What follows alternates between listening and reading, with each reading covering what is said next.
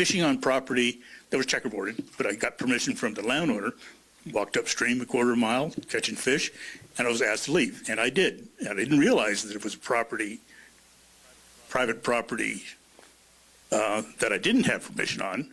Well, am I going to get cited and lose my license for 5 years for fishing? That seems a little drastic.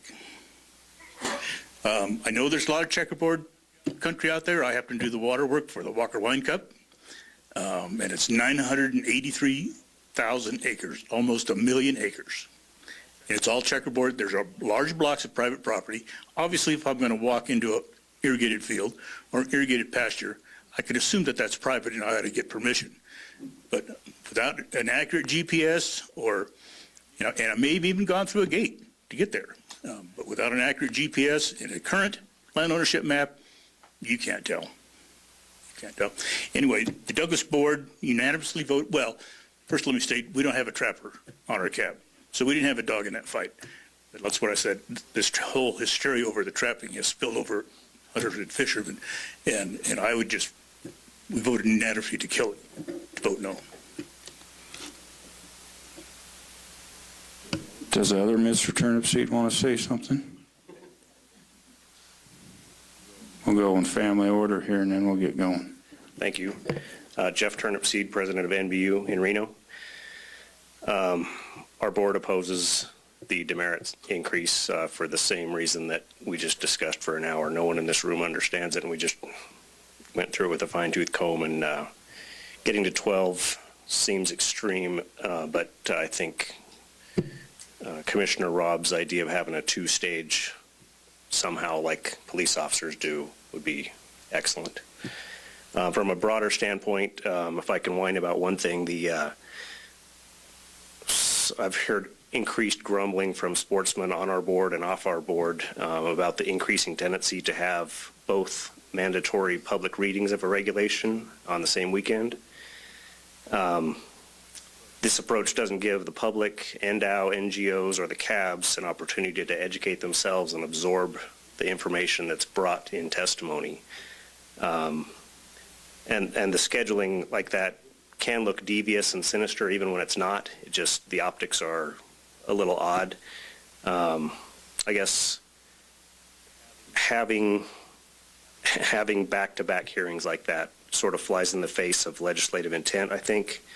It's discouraging in a lot of ways, and I think those commissioners that aren't short-timers, we'd like to see you do a better job of spacing these out a month.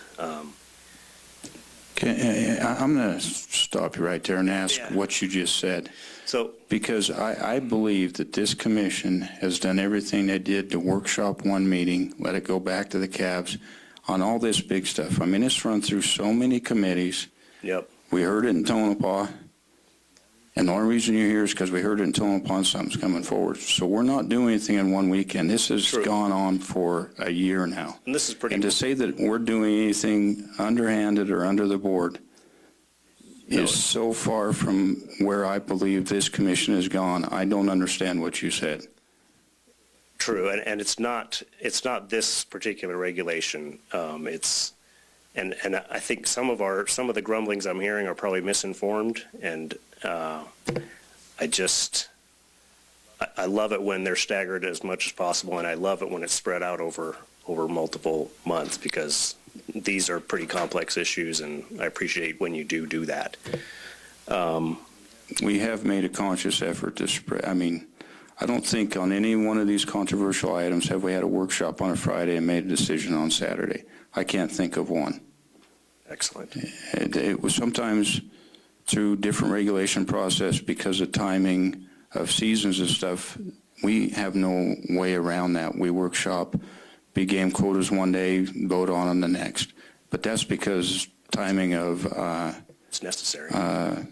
Surveys, information gathering, and getting the hunt book out. We don't have a choice. So that's been set up forever, and I think everybody understands that part of the process. But when it comes to these big changes, I can't remember one since I've been back on the commission that we did a Friday workshop with a Saturday decision. I think we've spread them out over multiple months. Understood. that's it. I guess NVU opposes the demerit increase, and it sounds like we're on the same page for a multi-level approach to that somehow. Thank you. Mr. Dixon. For the record, Paul Dixon, Chairman, Clark County Cab. We were in opposition to the proposed changes. One of the big things we came up with is that over the last 10 years, there have been 22 citations, and we've talked a lot about whether we should have a wanton willing, one time 12 for the people, and then people have said, well, what if people have done things? Of the 22, my understanding is, and I can be corrected by law enforcement or the Department of Wildlife, we've never had a repeat at a 3 demerit point. So why would we, some of the things we're discussing here, I'm not sure, but I'm sure that we've had somebody out there who got 3 demerit points that deserved 12, Jack. I guarantee you there are some people that have deserved 12. But at this point in time, nobody has had a repeat, at least within the window of that 10 years for those 22 citations. So there may be, of those 22, a couple of people that should have gotten more than 3. But to be honest with you, I struggled, and I talked about this in my cab. What is the problem we're trying to fix by adding the demerit points when the actual facts don't drive us to where we're going here?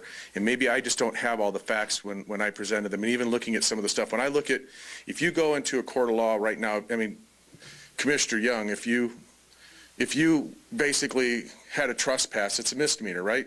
6 months or $1,000 if you're convicted, right? A 12-point demerit, we're basically saying that's a felony to somebody because they're losing their license for 5 years, not in this state, but in the surrounding things. So what's driving that? And maybe what we need to look at is it tied to the harvesting of a trophy animal that they shouldn't have gotten?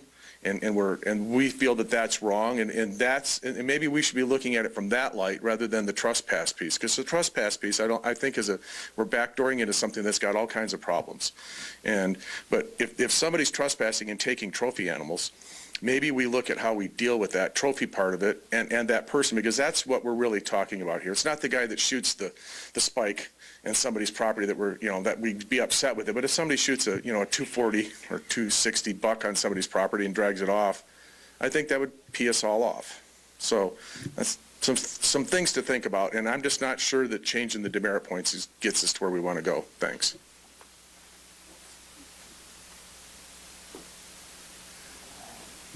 Thank you, Officer Turnipseed, for the clarification on the law and how it's enforced currently. And I got to tell you, I'm flattered that you selected a sentence from my lowly letter to read out loud in front of the commission. I need to come to these more often to see my friends, both those that are in the department and those that aren't. It's good to see everybody, and I appreciate this few minutes that I have.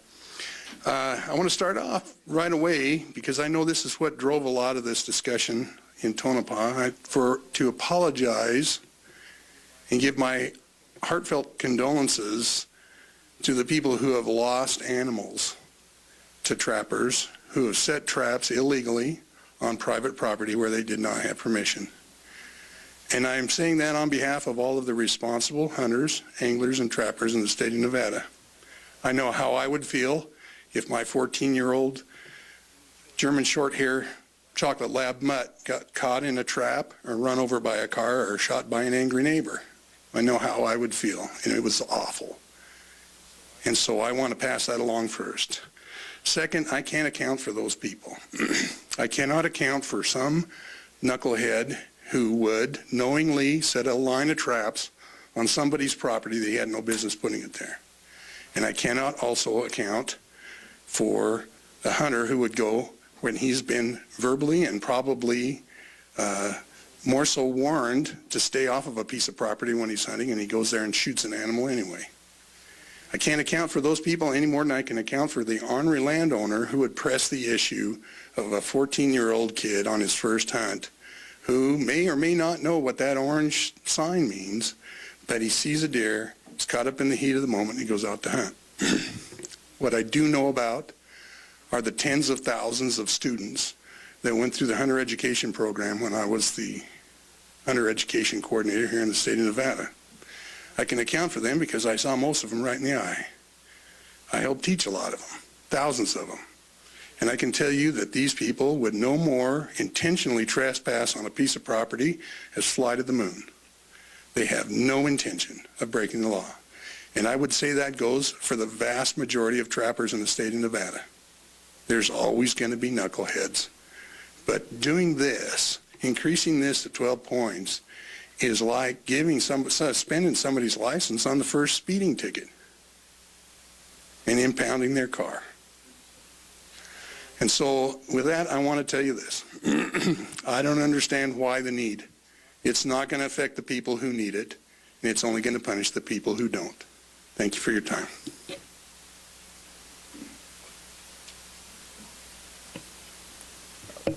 Brad Johnston, Lyon County. We are opposed to this for a lot of the reasons already discussed. We thought it was just too severe of a penalty for a potential innocent mistake, and I just can't help myself, I guess, when we start interpreting statutes, but I think part of the issue has been missed in the discussion so far, and that is you do not have to commit a criminal trespass in violation of NRS 207-200 to violate 503-240. If you read 503-240, it does not incorporate 207-200. It incorporates a piece of it. 503-240 says it is unlawful for any person to hunt, fish in non-navigable waters or trap upon land, which is private property, where the person has been warned by the owner or occupant of the property not to trespass in the manner prescribed in NRS 207-200. Therefore, the only piece of NRS 207-200 that is picked up in NRS 503-240 is the method by which a landowner can warn someone not to trespass. And I was shocked to see one of the manners in which you can warn someone not to trespass, fencing the area. It says you can fence it without posting no trespassing, without posting no hunting or fishing, and you have sufficiently warned people if your fencing complies with NRS 207-200. That's my property along the West Walker River. It's fenced. There's not a single no trespassing sign on it. If you go to NDOW's website, it talks about Wilson Canyon is where you can publicly access the West Walker River. You could easily go down that river and enter onto my private property, beyond that private property that is fenced, and you'd never know it. And for that innocent mistake to reach a 12 demerit violation, that is why we're opposed to this. I understand exactly the comments from the commission, and we've said this prior to the Tonopah meeting. When it's the egregious violation that's been identified here, there's no heartburn over that 12 demerits. But as this is worded now, to create a 12 demerit violation for a violation of NRS 503-240 just could really have some severe consequences against innocent mistakes. Thank you.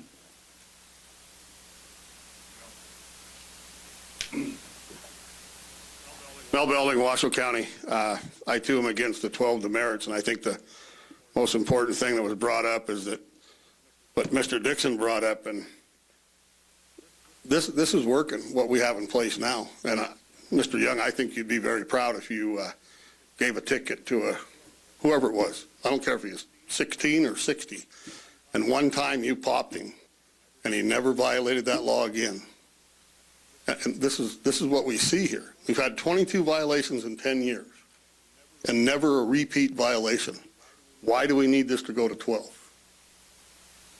I just can't see why it is. NRS sees it as a simple, they don't see it as a felony, and that's the way you guys, it sounded like most of you were working at it. This is as bad as taking a desert bighorn ram. I think what is in place now is definitely working, and I think the numbers prove that. Thanks.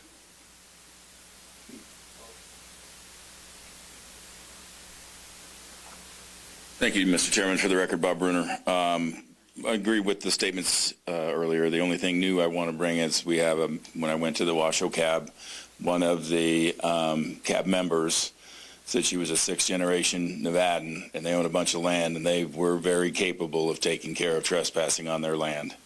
And the way she said it, we all believed her. So that's really the only thing I want to add to the other parts that I'm agreeing to.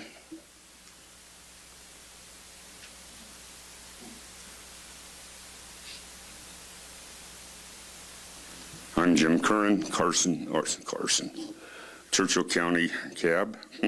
Jeez. In our meeting the other night, we had quite a discussion on this, and we were strongly opposed to increasing to 12, especially here in Churchill County, which is an agricultural area. As far as I can find in 55 years of being here, there probably, or there isn't, as far as I know, one legally posted property within the Lahontan Valley that meets the conditions of 207. This last year we had property owners in the Stillwater area petition that appear before the County Advisory Board requesting that we come forward with either a closure on deer hunting in Stillwater or shotgun only. The sheriff was here, the district attorney was here, and they were the first to admit that there is probably not one property in the entire county that's legally posted as per 207. Now, I was shocked to hear Mr. Turnipseed, Tyler, say that really to go under the 503 statute, all you need is to be warned. And one old sign on a railroad post is adequate warning. I believe the statute makes it far more clear that it has to be posted as per 207, not just one faded out old sign on a gate or on a railroad sign if a guy is walking down the Humboldt River catfishing. But I believe what Mr. Turnipseed said was that this is the way he interprets it. And boy, that's a little bit scary if we have enforcement interpreting 203 one direction and say our district attorney and our county sheriff here interpreting 207 a different way, because they don't feel, and they did testify at our hearing, that they could not write one citation for trespass based on last year's deer season of people being caught hunting in the Stillwater area on private ranches because they weren't legally posted. And at that time, we had no enforcement here. And so it was left up to the sheriff, but he won't touch anything here in Churchill County. One thing that really complicates it in Churchill County is that in 1970, the Carson River was declared navigable. That was a very late situation, and state lands then became the owners of the bed of the Carson River from the California state line down to the Carson Sink. State lands and the state of Nevada did not want to take on trying to define what the high water mark was, especially the lower Carson. You get down into these wetlands, Timber Lake, down below Indian Lakes, under normal conditions. And now we're talking normal conditions of 1864, not now. There were 3 river channels here in Lahontan Valley. The South Fork, which went to Carson Lake, the Middle Fork, and the North Fork. The South Fork was the major branch, which goes to Carson Lake, down to the Greenhead Club. If the state wanted to claim that, they could take ownership of the Dodge Island Ranch and a whole bunch of other ranches, plus Carson Lake, because that was part of the Carson River. So anyway, here in Churchill County, we are opposed to it because all that was going to do is to increase these demerit points was going to make an awful lot of quail hunters, fishermen, in a situation where they could lose their hunting, fishing, and trapping for 5 years. Thank you.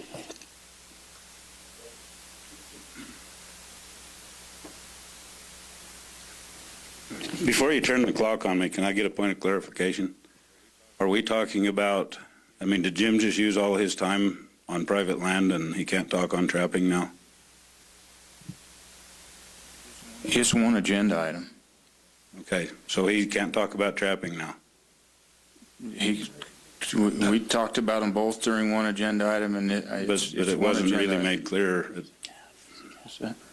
He's a cab member, though. So he can talk as an individual later. Yeah. Okay. Yeah. Okay. Okay, go ahead and start the clock. I'm not going to talk about the private land stuff. I'm going to change up because there are 2 items on here. As I sit back here and listen to this, I think about how many times I've heard this before. at least in 2 or 3 commissions, we have done this time and time again. The legislature has done it. In fact, that's my main message to give to you. The demerit system was not created by the legislature to punish sportsmen. I was there when this happened.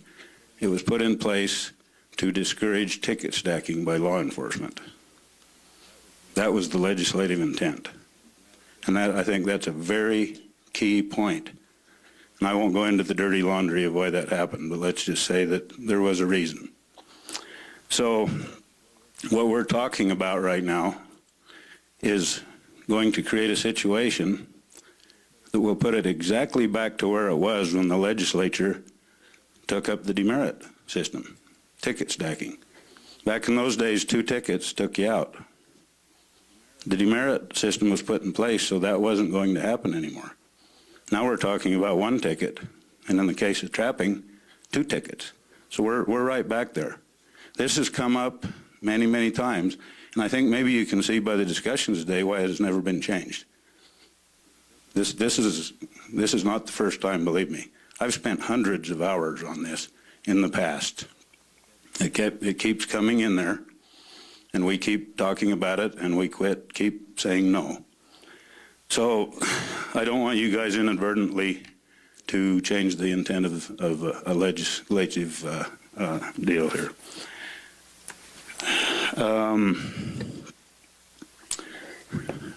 The legislature put a lot of thought into this. I was involved in that. The 3 demerit points are there for a reason. A lot of it had to do with trapping because we have a unique vulnerability, which we've discussed. Every trap can be a separate violation. And that has happened before. It's been quite a while, but it has happened, and the mechanism is in place for it to happen again. This happened in 1995. The demerit system was put in. It had to do with trap tags, which got brought up again. We tried to remedy it at one point by balancing the equation with Warden directives. We were asked whether the Trappers Association was willing to increase demerits. I said, well, before we talk about our side of the equation, let's talk about the other side. How are the wardens going to treat different violations? I spent hundreds of hours on that. I sat in a room with 6 wardens one time, and we could never come to an agreement. So this is the reason we have 3-point demerits. This has been done by other bodies many times. Bill, you talked about speeding tickets. There's a good analogy to that, and I would say the difference between a hunter and a trapper. A hunter, if he gets caught with an overlimit of chuckers, can quit and go home. The speeder can tone it down and not speed again. A trapper has more traps out, so that crime has already been committed. You can't commit a crime on a speeding until later. But, you know, I've discussed before what the consequences of that are. You know, I don't want to see abandoned trap lines.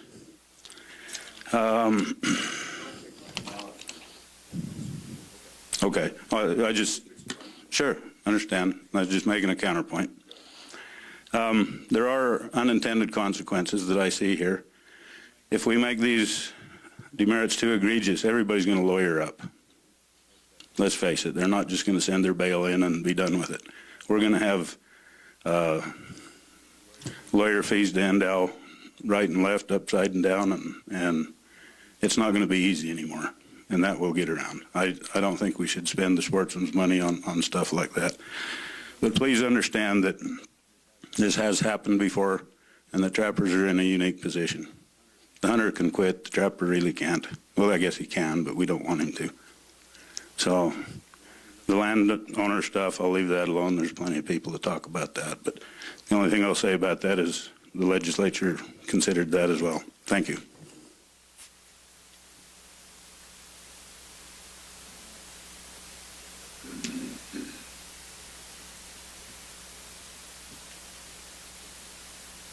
Doug Martin, Carson Cab. Jim, I am from the Carson Cab.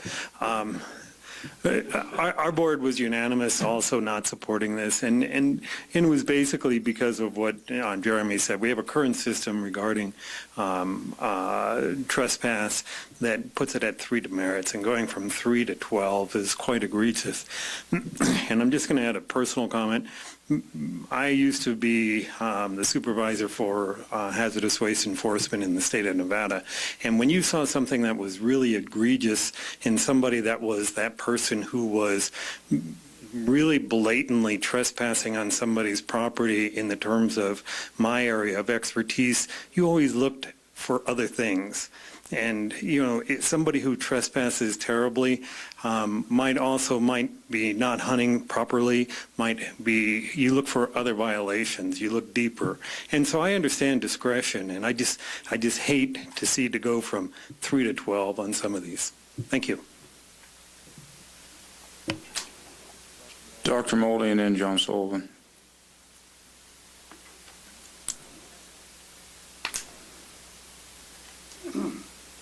Mr. Chairman, Don Mulderino, I gather those 22 violations that were mentioned were trespass violations and not trapping violations, if I understand correctly.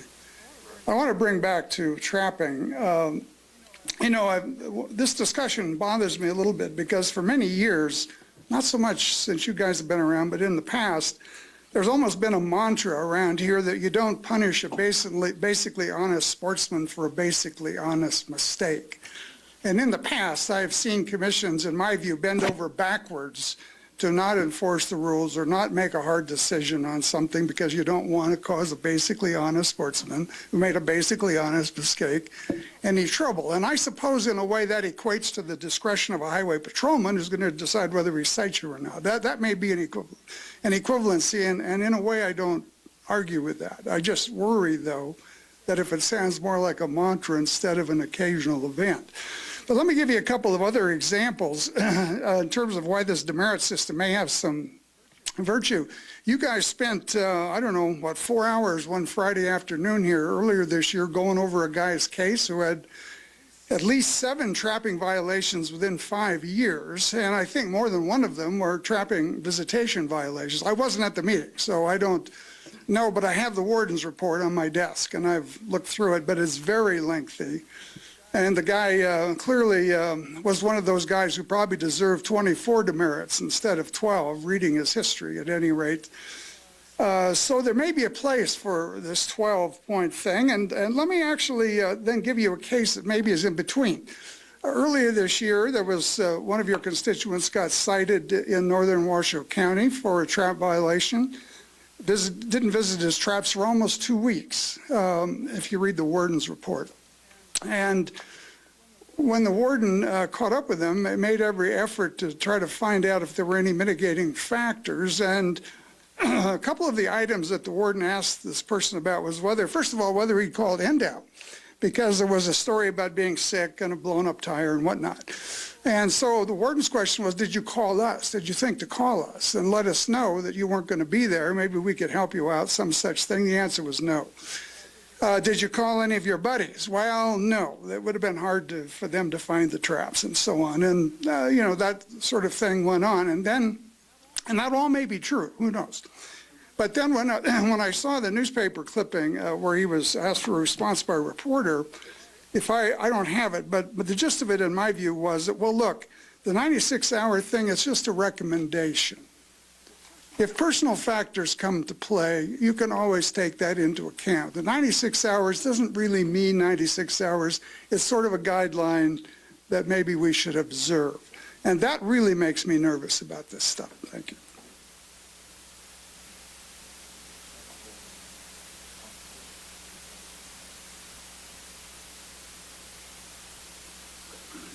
Yeah, Commissioners, John Sullivan for the record. Yeah, 213, as Commissioner Rob clarified, it really had nothing to do about demerits, and I think it was kind of unfortunate that it came up when it did. The 213 process has been pretty difficult. Every single meeting was kind of a knockdown, drag out, very contentious, and so we had kind of a full plate, getting through those items. And then about halfway through, the demerit issue arose, and it just seemed like a little bit like piling on, and one person mentioned the history of trapping, kind of spread to fishing and hunting, and it just seemed like quite a bit of negative stuff all at one time. I think it would have been a little bit better to separate these issues. As far as, I think the key word here is egregious. I'm all for, whacking the heck out of the egregious violator. Our trophy, big game animals, bighorn sheep, elk, mule deer, if we have an adult goes out there and drops one of them out of season, or sneaks into somebody's private property and kills a trophy and blows off the landowner and is belligerent about it, boy, I feel like you do. I think we want to. That frosts my hide. I would like to whack the heck out of a person like that. But I think these regulations, as written, particularly trespass and trapping as well, as we're kind of throwing the baby out with the bathwater. I think we're roping in a lot of non-egregious stuff in a valid attempt to nail the egregious. So I think this is a little bit overkill and not the right tool for certainly a problem, but I don't think this is addressing it in the right way. I'd also like to mention about trap visitation. A lot of times when people don't visit their traps, it's not intentional, not because they're bad people, they physically can't. It's a lot of times it's deep snow. I've never, the previous speaker mentioned some violations. I've been trapping 50 years in 10 different states. I've never got a violation for anything. I've hunted and I've trapped and fished my whole life, and I don't think I ever will. And I think the big majority of trappers and hunters in the states are people like me. We follow the rules and we, do the best job we can to always comply with the regulations. But stuff happens out there. I've got on trap lines and I cannot get up that canyon. I chain up and it's 3 feet of snow and I get stuck anyway. So stuff happens out there. It's all winter long. We run their trap lines in high mountainous country, and it's not easy. It's not intentional. I'm not a bad guy. I just can't get to the darn traps as fast as I can. I get up there and with a pick and a shovel and a metal detector sometimes to find the darn things. I mean, it's rough out there. So I just like to point that out. It's not that there's bad people out there doing bad things. Sometimes, the laws of nature intervene and you just can't physically get out there. But back to the point on the demerit issue, I think that's a little too drastic. I think I agree with the egregious violator. I think we should whack the heck out of those people, but this is probably not the way to go. Thank you. Thank you. Okay, come on up, Shannon.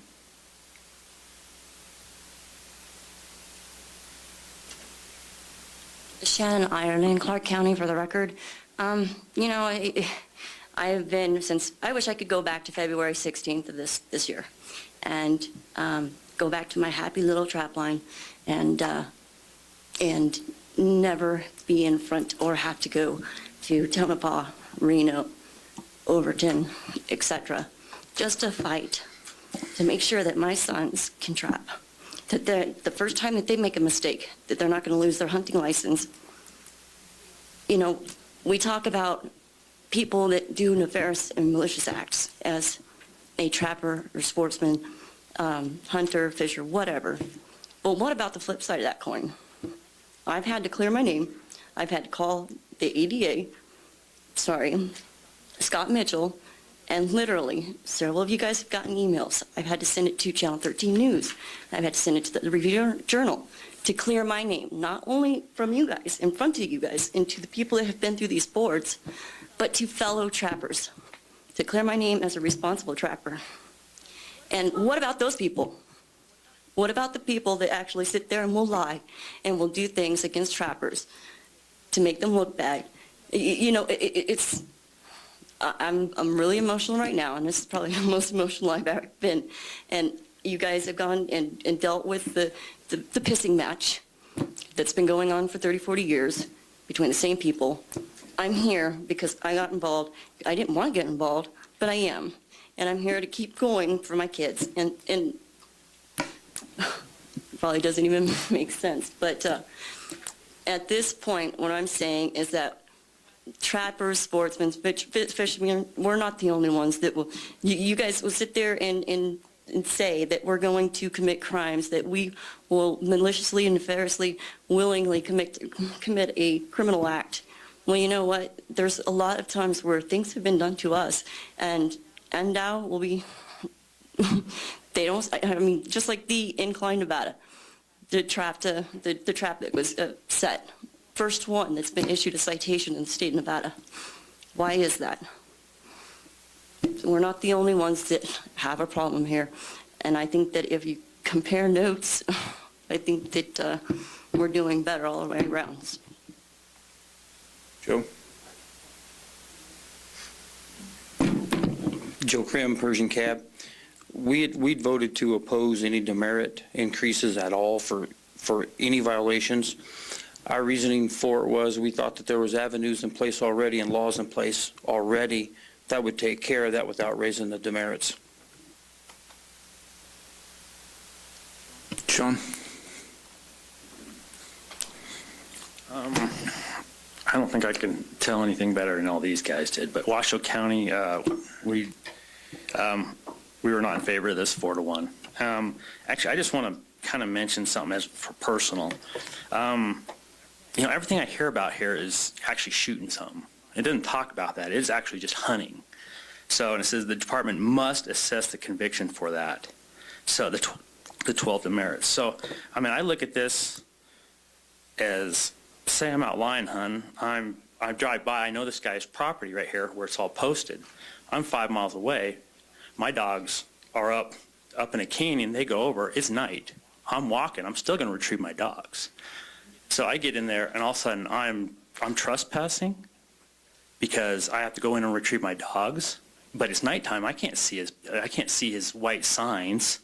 And a lot of this I see is it's all on ag fields. Everybody's talking about shooting deer on ag fields. Northern Washoe, we got huge chunks of land, which you know, that don't have ag fields. And so I guess I just look at, I would get 12 demerits for that, so I'd be considered the same as a guy that unlawfully shoots a game from a helicopter. I mean, I think that's wrong, so I don't think you guys should approve this. Who else? Seeing none, I'll bring it back to the commission. Got to figure out where we're at.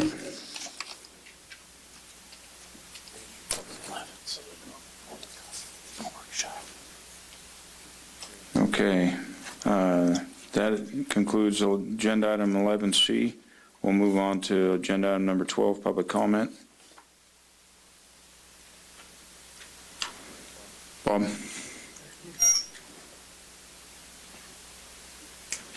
Thank you, Mr. Chairman. For the record, Bob Brunner. I was prepared to talk to a new chairman and a new commission, but this is still pertinent, I think, as much to you folks as it is to a new commission. But to start out, since you broke the rules and they're longer a chairman longer than you should, you get 12 demerits right off the bat. So just kidding. Smile, Jack. I'm just messing with you. I'm not smiling about being chairman today, I'll tell you that. I know that. You made that clear. But I wanted to talk about making sure, and I'm asking that you make sure that you keep these folks here that are proudly representing their counties, that you give them the weight of the county, okay? They do those meetings so you don't have to go to 17 meetings. They do those meetings so this meeting isn't a 5-day meeting. They do that so the people of the state of Nevada don't have to drive to Fallon on a Friday to get their voice heard. Okay, so, they've heard pros and cons. They've heard both sides of these issues.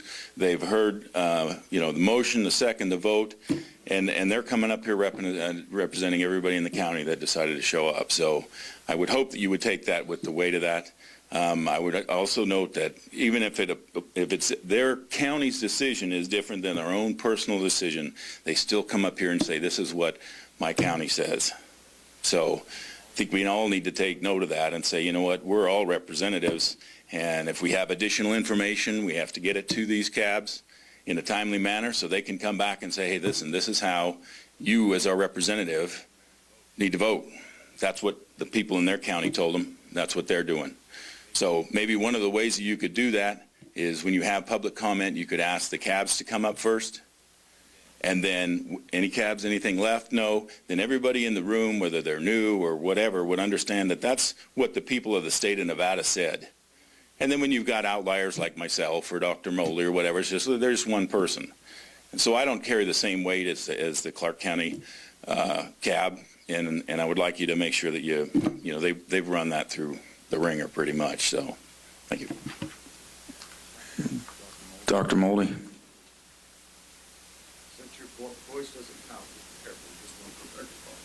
Mr. Chairman, Don Mold, I guess Mr. Bruner didn't make that presentation when your $48,000 survey of deer hunters in this state showed that most of them never heard of a cab and most don't care anything about it. And that cabs really only represent the same old faces that show up every time, just like you claim on our site. So there's no public statement being made by cabs. We all know that. You spent $48,000 to find that out. But that's not why I'm here. I'm reading this letter on behalf of No Bear Hunt Nevada. We don't have your name on it because I didn't know you were going to be chairman. No Bear Hunt Nevada is concerned that a black bear hunt is scheduled to start in a month, even though the commission has not complied with the provisions of SB 82, passed by the last legislature, which requires a comprehensive review of the bear hunts conducted over the last 3 years in full cooperation with all concerned parties for presentation to the next legislature.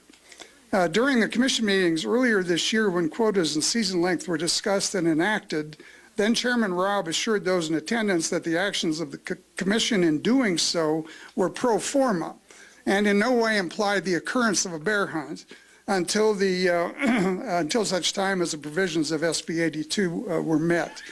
Our particular concern is that the commission has not given consideration to the issue of public opinion regarding the hunt, which might best be framed by the questions, quote, should we continue to have a black bear hunt in Nevada, unquote, quote, is doing so in the public interest, unquote. We believe that proceeding with a black bear hunt in mid-September without having addressed the requirements of SB 82 in full, including the questions I just mentioned, violates the spirit and intent of SB 82, and the bear hunt should not occur. Thank you. Thank you. Anybody else? Nobody? Okay. We're in recess till tomorrow morning at 8:30.